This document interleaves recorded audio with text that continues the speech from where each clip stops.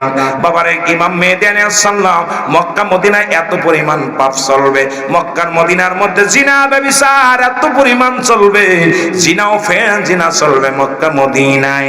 ও মুসলমান, দেখতে আর বাকি নাই, কিয়ামতের আর বেশি দেরি নাই রে মুসলমান, শুনে নাও। কারণ মক্কা মদিনায় যারা থাকেন, মক্কা মদিনায় মুসলমান, বাংলাদেশের সিনেমা বন্ধ হয়, আর সৌদি আরবে সিনেমার হলের ভিত্তি স্থাপন হয়েছে কাবা শরীফের দক্ষিণ গেটে। জোরে জোরে চিল্লায় বল আল্লাহু আকবার। বাংলাদেশে যেখানে পতিতালয় বন্ধ হয়, সৌদি আরবে মুসলিম পতিতালয় খোলা হয়েছে। বাবা, যারা সৌদি আরব থাকে তাদের কাছে জিজ্ঞাসা, আমার কথা যদি মিথ্যা হয় ভালো করে শুনে নেন। ওরে বাংলাদেশের সিনেমা বন্ধ হয়, আর সৌদির মেয়েরা রাস্তায় নেমেছে সিনেমা চাই, সিনেমার হল চাই, সিনেমার হল চাই। ওর মুসলমান ইহুদিদের দালাল, ওই ইহুদিরা এখন মক্কা কাবা শরীফটা নিয়ন্ত্রণের মধ্যে তারা রাখছে। মুসলমান আমরা বুঝি না, আমরা সরল প্রাণ মানুষ, শুনে নাও এ মুসলমান, মক্কা মদিনা এখন মেয়েরা ওফেন কি করে মুসলমান, ওফেন মুসলিম পতিতালয় খোলা হয়েছে। জোরে বলেন নাউজুবিল্লাহ। আর সৌদি আরবে কি অবস্থায় চলে, আমার দেশের কালো মেয়েটাও যে ওদের হাত থেকে রেহাই পায় না। জোরে কোন ঠিক কি না? কথা কয় না, যাই সিঙ্গল আসে ডবল হইয়া। সৌদি আরবে বড় আশা করে আমার মা বোন যায়, কাজের সন্ধানে যায়, যাই সিঙ্গেল আসে ডবল হইয়া। এত নির্যাতিত তারা, এত নিপীড়িত পশুর মতো তাদের ব্যবহার। ওরে মুসলমান শুনে নাও, শুনে নাও, এর মানে আর বুঝতে বাকি নাই, কিয়ামতের আলামত গুলো হাজির হয়ে গেছে। শুধু সৌদি আরবে নাই, এরা নবীজির জামানায় শুনেছি।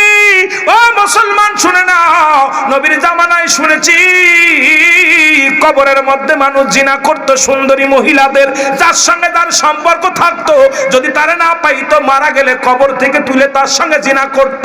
এটা ছিল তৎকালীন জামানার রেওয়াজ। কিন্তু বাংলাদেশে ঢাকা মেডিকেল কলেজ হাসপাতালে ও মুসলমান মর্গে জিনা হয়, চট্টগ্রাম মর্গে জিনা হয়। আপনারা শুনলে কষ্ট পাবেন। ও মুসলমান শুনে নাও, সিলেট অঞ্চলের মানুষেরা ঢাকা মর্গের মধ্যে ধরা পড়লো, দেখা যায় বিষ খেয়ে মারা গেছে, আলামত হলো জিনার। এর মুসলমান গলায় দড়ি নিয়ে মারা গেছে, আলামত হলো জিনার। ডাক্তার একটা কমিটি বসাইলেন, পর্যবেক্ষণ করে দেখলেন মুসলমান এই ডোমকে যখন পুলিশ বাহিনী ধরে রিমান্ডে দিলেন, উনি স্বীকার গেলেন, একটা নয় দুটি নয়, শত শত নারী।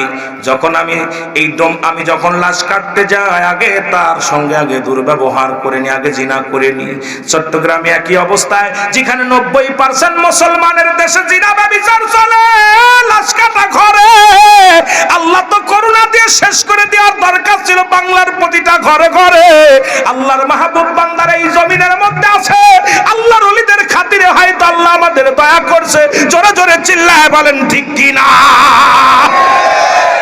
নারে তাকবীর, আল্লাহু আকবার, নারে রিসালাত, ইয়া রাসূলুল্লাহ, আহলে সুন্নাত ওয়াল জামাত, জিন্দাবাদ জিন্দাবাদ জিন্দাবাদ জিন্দাবাদ, আহলে সুন্নাত ওয়াল জামাত সিলসিলায়ে আমি কি মিথ্যা বলতেছি? কথা বলেন, মিথ্যা বলতেছি? যারা যুবক আছেন, মিডিয়া দেখছে, যারা ফোন চালান, ঢাকা মেডিকেল কলেজ মর্গে জিনা হয়, চট্টগ্রাম মর্গে জিনা হয়। আরে কোন দেশে আছি? পাপের রাজ্যের মধ্যে আছে, পাপের রাজ্যে। কি অবস্থা আছেন? কিয়ামত যে শুরু হয়ে গেছে, এর মধ্যে কোনো সন্দেহ নাই। জোরে বলেন ঠিক কিনা? আরো জোরে বলেন ঠিক কিনা? আরো জোরে বলেন আল্লাহু আকবার। আমার ভাইয়েরা, ইমাম মেহেদী আলাইহিস সালাম কিয়ামতের আগে আসবে। ইমাম মেহেদীর নাম থাকবে মুহাম্মদ। রাসূল বললেন উনার চিনার পরিচয়। ইমাম মেহেদী বাংলাদেশে আসবে না। বাংলাদেশের যদি কোনো পীর সাহেব ইমাম মেহেদী বলে দাবি করবে, তাকে 2টা জুতার বাড়ি মারলে নেকি হবে আপনাদের। কারণ বাংলাদেশে কোনো পীরের ঘরে ইমাম মেহেদী আলাইহিস সালাম আসবে না। ভণ্ড ইমাম মেহেদী অনেকে সাজছে। বাংলা ইমাম মেহেদী আসবে মক্কা মদিনায়, গোত্র থাকবে বদুয়া গোত্র। এখান থেকে যখন মক্কা থেকে মদিনায় হিজরত করবে, তখন ওলামায়ে কেরামের সাথে দেখা পড়ে যাবে। আমার নবীজি বলছে ওনার চেহারা, ওনার রংটা থাকবে শ্যামলা বর্ণ, ওনার মাথার এই বুরুটা থাকবে টানা বুরু, 2টা বুরু থাকবে টানা, কানের মধ্যে লম্বা লম্বা পশম থাকবে, সিনাটা থাকবে সিংহ পুরুষের মতো সিনা থাকবে। ইমাম মেহেদী থাকবে তুতলা, উনি কথা বলবে উরতের মধ্যে জোরে জোরে থাবা মারবে এইভাবে। উনি থাকবে তুতলা। ইমাম মেহেদী আলাইহিস সালাম এ মুসলমান যখন পরিচয় হবে তখন ওনার বয়স থাকবে 40। মক্কা থেকে মদিনায় যখন হিজরত করবে ওলামা একরামের সামনে ধরা পড়ে যাবে, সবাই বলবে আপনি ইমাম মেহেদী আলাইহিস সালাম। ইমাম মেহেদী বলবে না, আমি ইমাম মেহেদী না, আমি মক্কার জমিনে প্রচুর পাপ হচ্ছে এই জন্য আমি মদিনায় পালাইতেছি, মদিনায় যেতেছি। তখন বলবে আপনি ইমাম মেহেদী। তখন ওরা স্বীকার করবেন, ইমাম মেহেদী আলাইহিস সালাম স্বীকার করবে না। উপর থেকে একটা আওয়াজ আসবে, হাজা খলিফাতুন ফিল আরদ, হাজা খলিফাতুন ফিল আরদ। এইরকম আওয়াজ, তিনটা আওয়াজ আসবে। হক্কানি উলামা একরাম এটা কানে শুনবে। তখন বলবে ইমাম মেহেদী আলাইহিস সালাম আপনি এখন পালাবেন কোথায়? আপনি ইমাম মেহেদী আলাইহিস সালাম। তখন ইমাম মেহেদী আলাইহিস সালাম বলবে হ্যাঁ আপনারা যেটা বলেছেন আমি ইমাম মেহেদী আলাইহিস সালাম। ইমাম মেহেদী পরিচয় পাওয়ার পর, প্রকাশ পাওয়ার পর আসবে এজিদ মওজুদ। এজিদ মওজুদ আসিয়া দুনিয়ার সব কিছু খেয়ে ফেলবে, পানিগুলো পদ্মা মেঘনা যমুনা সব পানিগুলো খেয়ে ফেলবে, মানুষগুলো মেরে ফেলবে। এরপরে আসবে দুনিয়ার মধ্যে দৌড়াই যাবে ইমাম মেহেদী আলাইহিস সালাম। এজিদ মওজুদ আসলে পরে আসবে কেনা ইমাম মেহেদীর কাছে লোকজন দৌড়াইয়া যাবে, এই ইমাম মেহেদী আমাদেরকে দয়া করেন। তখন ইমাম মেহেদী আলাইহিস সালাম দোয়া করবে, এক জাতীয় প্রাণী পাঠাবে, কাক জাতীয় প্রাণী। এই কাক জাতীয় প্রাণীগুলো আগে পাঠাবে বিছা জাতীয় একটা প্রাণী, এই বিছাটা যায়ের গায়ে লাগবে ক্যান্সার রোগ ধারণ হবে, সে মারা যাবে।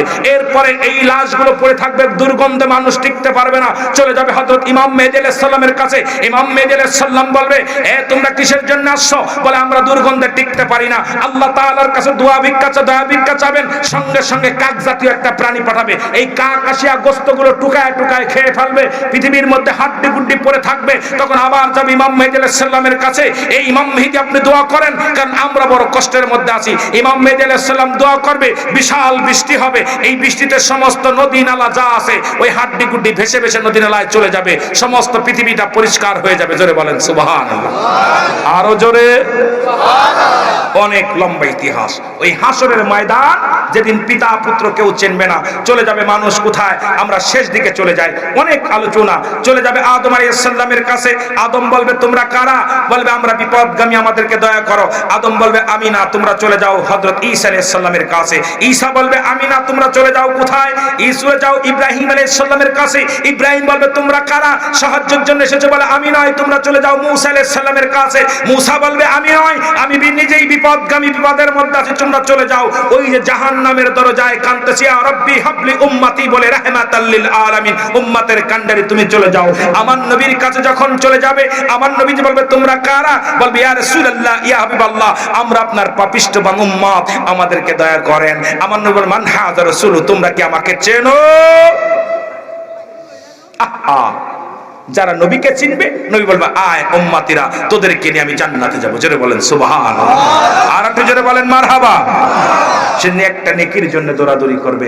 আল্লাহ আমাদের বুঝার তৌফিক দান করুন। ওই কিয়ামতের ময়দান বড় ভয়াবহ, আল্লাহ যেন আমাদেরকে দয়া করে। জোরে বলেন চিল্লায় আমিন। একটু আল্লাহুম্মা সাল্লি আলা সাইয়্যিদিনা মুহাম্মদ নাবিয়ানা সাফিয়ানা মাওলানা। আদম যখন মাটি পানি মার নবীজি খুদ রাসূল, আদম যখন মাটি পানি মার নবী